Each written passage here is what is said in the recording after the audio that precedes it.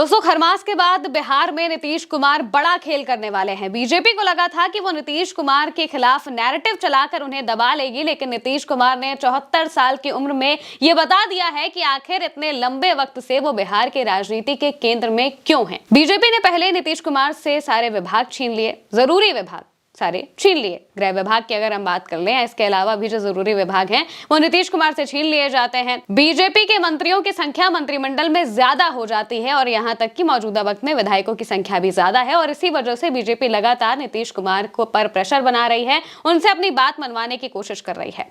इसके बाद बीजेपी की नजर थी सीएम की कुर्सी पर। वो चाह रही थी कि कितना जल्दी वो सीएम की कुर्सी तक पहुंच जाए, यानी कि बीजेपी का नेता सीएम की कुर्सी पर बैठा हो। और इसके लिए लगातार जो कोशिशें हैं वो भी हो रही थी। यहां तक कि गोदी मीडिया के जरिए भी नीतीश के इस्तीफे की खबरें चलाई गई, जो कि साफ तौर से बता रहा था कि किस तरह से नीतीश कुमार के खिलाफ नैरेटिव क्रिएट करने की कोशिश हो रही है। इसके अलावा बार बार चुनाव के पहले भी, बीच में भी और चुनाव खत्म होने के बाद भी, यहां तक कि जब वो मुख्यमंत्री बन चुके थे इसके बाद भी ऐसी खबरें चलाई गई कि नीतीश कुमार का स्वास्थ्य ठीक नहीं है। लेकिन अब नीतीश कुमार ने अपना गहरा पलटवार कर दिया है। नीतीश कुमार बिहार में खरमास के बाद यात्रा निकालने वाले हैं और ये यात्रा बीजेपी के लिए टेंशन बन सकती है।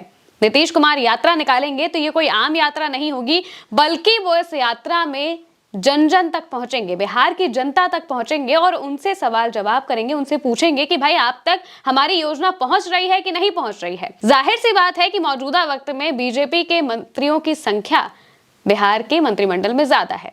नीतीश कुमार पहुंचेंगे, वो हर योजना के बारे में पूछेंगे कि भाई महिला रोजगार का पैसा आपको मिला कि नहीं मिला, बाकी की जो योजनाएं हैं उसकी आपको चीजें मिल पा रही हैं कि नहीं मिल पा रही हैं, आप योजना का लाभ उठा पा रहे हैं कि नहीं उठा पा रहे हैं। और जब उन्हें पता चलेगा कि भाई योजनाएं ठीक से काम नहीं कर रही हैं तो फिर वो बताएंगे कि आखिर मुख्यमंत्री कैसा होता है। क्योंकि नीतीश कुमार शुरू से ही ऐसे नेता रहे हैं कि उन्हें जनता की परवाह ज्यादा होती है, वो जनता के लिए काम करना चाहते हैं और इसी वजह से उन्होंने अभी तक अपने बेटे को पॉलिटिक्स में एंट्री नहीं दी, क्योंकि वो चाहते थे कि उन पर किसी तरीके का दाग ना लगे और वो जनता से दूर ना हो जाए, किसी को यह ना लगे कि नीतीश कुमार पुत्र मोह में आकर जनता के लिए काम करना भूल गए। और इसी वजह से बिहार की जनता उन्हें बार बार पसंद भी करती है, चाहे वो बिहार की महिलाएं हो बड़े लेवल पे या फिर बिहार के बाकी समाज हो। क्योंकि नीतीश कुमार जिस समुदाय से आते हैं, कुर्मी समुदाय से आते हैं, वो मात्र 2% है बिहार में, बाकी सब तक नीतीश कुमार सिर्फ और सिर्फ अपने काम के दम पर ही पहुंचे हैं, उन पर आज तक कोई दाग नहीं लगा है, जिस वजह से ही नीतीश कुमार अभी तक बिहार के सत्ता में काबिज भी हैं और उसके केंद्र भी बने रहते हैं। इसी वजह से नीतीश कुमार अब जन जन तक पहुंचेंगे, लोगों तक जाएंगे और उनसे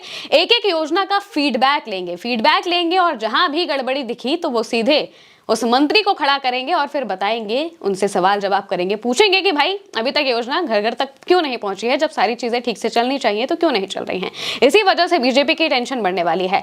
एक और सबसे बड़ी टेंशन इस वजह से भी है कि आखिर जब नीतीश कुमार घर घर जाएंगे, लोगों से मिलेंगे, जनता से मिलेंगे, एक एक यात्रा के दौरान वो बिहार की जनता से कनेक्ट करेंगे, तो जाहिर सी बात है कि जनता के मन में ये बात तो आएगी ही कि भाई नीतीश कुमार तो बिल्कुल ठीक है, वो भला इस्तीफा क्यों देंगे। तो इतने सारे नैरेटिव जो बीते 2-3 महीने से लगातार बनाए जा रहे थे, वो सारे नैरेटिव एक यात्रा से ध्वस्त हो सकते हैं और इसी वजह से बीजेपी की टेंशन बिहार में बढ़ गई है।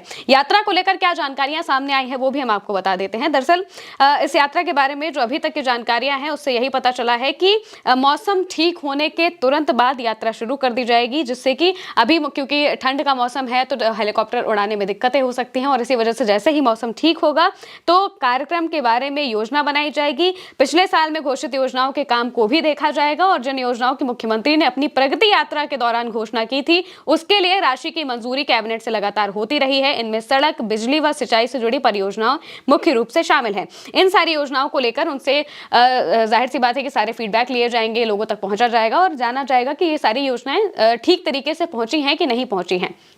प्रगति यात्रा नीतीश कुमार ने पिछले साल की थी और इसी के दौरान उन्होंने कई योजनाओं की भी बात कही थी कि वो नई नई योजनाएं लाएंगे, क्योंकि बिहार के चुनाव होने थे।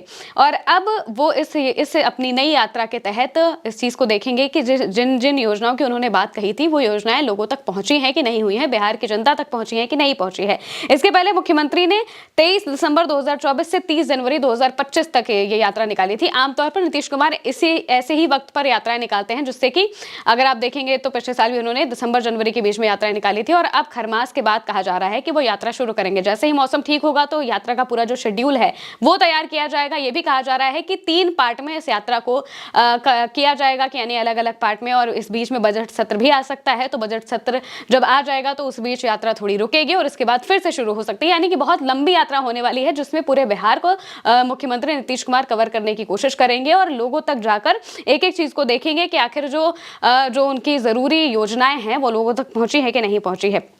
यात्रा को लेकर एक और बात ये सामने आ रही है कि नीतीश कुमार यात्रा की शुरुआत वाल्मीकि नगर से कर सकते हैं और मुख्यमंत्री की नई यात्रा 2 से 3 चरणों में हो सकती है। बजट सत्र की वजह से कुछ दिनों के लिए यात्रा रुक भी सकती है। इस तरीके से इस यात्रा को पूरी तरह से प्लान किया जाएगा। अब अगर नीतीश कुमार के करियर की बात करें तो ये उनके करियर की 16वीं बड़ी यात्रा होगी। यानी कि हमेशा देखा गया है कि नीतीश कुमार जब चुनाव होते हैं उस वक्त भी और चुनाव के बाद भी, ये सबसे खास बात हमेशा नीतीश कुमार की रही है कि वो सिर्फ चुनाव के वक्त रैलियां यात्राएं नहीं करते हैं, बल्कि उसके बाद भी यात्राएं करते हैं, जिससे कि वो लोगों से मिल सके और उनसे जान सके कि आखिर उन्हें क्या क्या चीजें बदलनी चाहिए।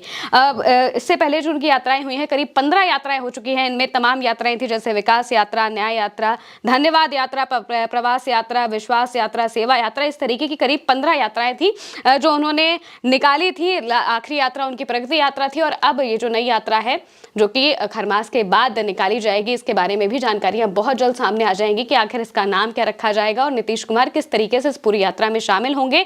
सबसे खास बात यह भी है कि इस यात्रा में बीजेपी नहीं होगी, ये सिर्फ और सिर्फ नीतीश कुमार की यात्रा है। नीतीश कुमार अपने नेताओं कार्यकर्ताओं के साथ इस यात्रा को निकालेंगे और लोगों तक पहुंचेंगे, लोगों तक जाकर उनसे एक एक योजना का फीडबैक लेंगे। जाहिर सी बात है कि इससे जो अब तक का नैरेटिव नीतीश कुमार के खिलाफ बनाया जा रहा था वो ध्वस्त हो जाएगा और साथ ही साथ जनता के मन में ये जो विश्वास अगर उठ भी रहा था तो वापस से आ जाएगा कि नीतीश कुमार उनके मुख्यमंत्री हैं और वो उनके लिए काम करना चाहते हैं। इसी वजह से वो लोगों तक पहुंचेंगे। अब जाहिर सी बात है कि बीजेपी को इस यात्रा से तकलीफ हो सकती है, क्योंकि वो नीतीश कुमार को लाइमलाइट से हटाना चाहती है, लेकिन सारी की सारी लाइमलाइट अब तो नीतीश कुमार ही लेकर चले जाएंगे।